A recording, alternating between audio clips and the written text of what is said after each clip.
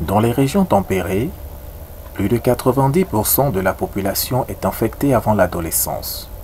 L'incidence annuelle est d'environ 15 cas par 1000 habitants, avec des variations liées à des épidémies qui surgissent tous les 2 à 5 ans. Dans les régions tropicales, seuls 30 à 60% des jeunes adultes ont des anticorps, rendant le risque de primo-infection plus grand à cet âge, en particulier lors des migrations dans les régions tempérées. La varicelle est très contagieuse, environ 90% des personnes non immunisées et exposées vont développer la maladie. Les personnes ayant déjà eu la varicelle sont immunisées, mais l'infection, devenue latente, peut se réactiver des années plus tard sous la forme d'un zona. Une éruption varicelleuse chez une personne ayant déjà eu la varicelle est rare, mais peut exister.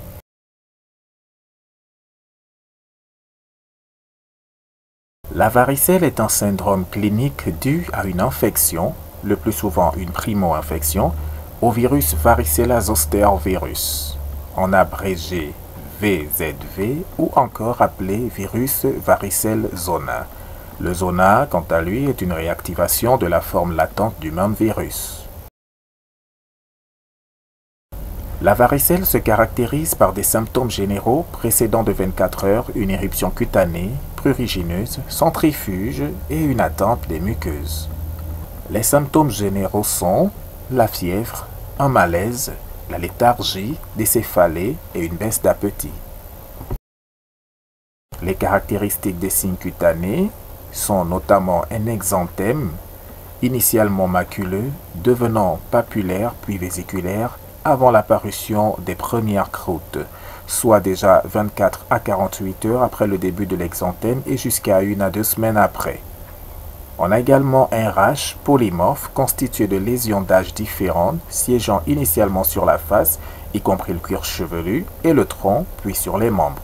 La présence fréquente de zones d'hypopigmentation à la disparition des croûtes pouvant perdurer pendant plusieurs mois.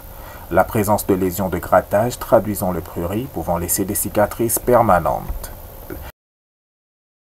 L'infection se transmet par des gouttes respiratoires et par le contact direct avec les lésions vésiculaires cutanées pendant les 5 à 7 jours suivant leur apparition chez la personne source.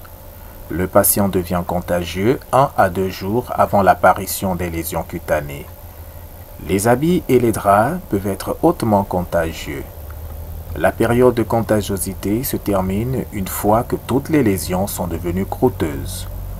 La contagiosité peut durer plusieurs semaines chez les sujets immunodéprimés. Les situations à risque sont la grossesse et l'accouchement, l'immunosuppression et les maladies pulmonaires chroniques. Les critères de gravité sont des amas importants de vésicules sur la peau, une fièvre persistante au-delà de 6 jours avec apparition de nouvelles vésicules, des symptômes respiratoires, notamment la dyspnée, la tachypnée, la toux, des manifestations neurologiques à type cérébelleux et encéphalopathie, des rash hémorragiques, un saignement à type d'hémoptysie, saignement gastro-intestinal. Dans ces cas, une hospitalisation est envisagée. Le diagnostic différentiel de la varicelle se fait avec le zona généralisé ou le zona surinfecté chez les personnes âgées ou les personnes immunosupprimées, avec des éruptions médicamenteuses si il y a une notion de prise médicamenteuse, avec une infection par entérovirus.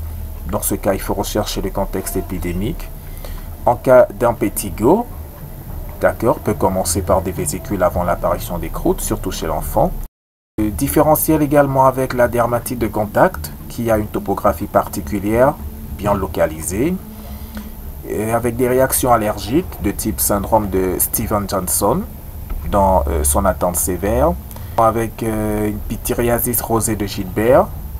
On va rechercher une plaque primaire, la gale chez l'enfant ou en cas de conditions d'hygiène précaire, Le molluscum contagiosum disséminé, surtout chez l'enfant. L'érythème multiforme, va rechercher une exposition médicamenteuse. Le pityriasis lichénoïde et varioliforme aigu, en abrégé PLEVA, chez le patient jeune, avec un état fébrile et un mauvais état général. Et pour finir, le psoriasis tangut, qui a un aspect squameux. La prise en charge de la varicelle passe par la vaccination. La vaccination qui est proposée en cas d'anamnèse négative chez l'enfant à partir de 11 ans et chez l'adulte séronégatif de moins de 40 ans, en particulier la femme en âge de procréer. Le traitement de la varicelle est également symptomatique à base d'analgésiques, du paracétamol 500 mg à 1 g par jour, l'acide acétylsalicylique 500 mg à 1 g par jour. Chez l'enfant de moins de 12 ans, il est à noter que l'acide acétylsalicylique est contre-indiqué en raison du risque de syndrome de Reye. Et nous avons également des antihistaminiques oraux contre le prurit, notamment le chlorhydrate d'hydroxyzine, 25 mg par jour, et le cétirizine 10 mg comprimé par jour. Il y a également un traitement topique, notamment l'hygiène de base et le savon désinfectant à la chlorhexidine, et un badigeon désinfectant, efficacité non démontrée, mais quand même prescrit. Nous notons également que le talc augmenterait le risque de surinfection par dessèchement cutané. En conclusion, la varicelle est une maladie fréquente, très contagieuse et banale chez l'enfant. Elle peut se compliquer d'infections sévères, principalement pulmonaires, en particulier chez l'adulte. La varicelle est redoutée chez la femme enceinte et chez les patients immunodéprimés. Dans ces cas, la vaccination ne peut se faire de manière habituelle compte tenu de la nature virale atténuée et potentiellement infectieuse du vaccin.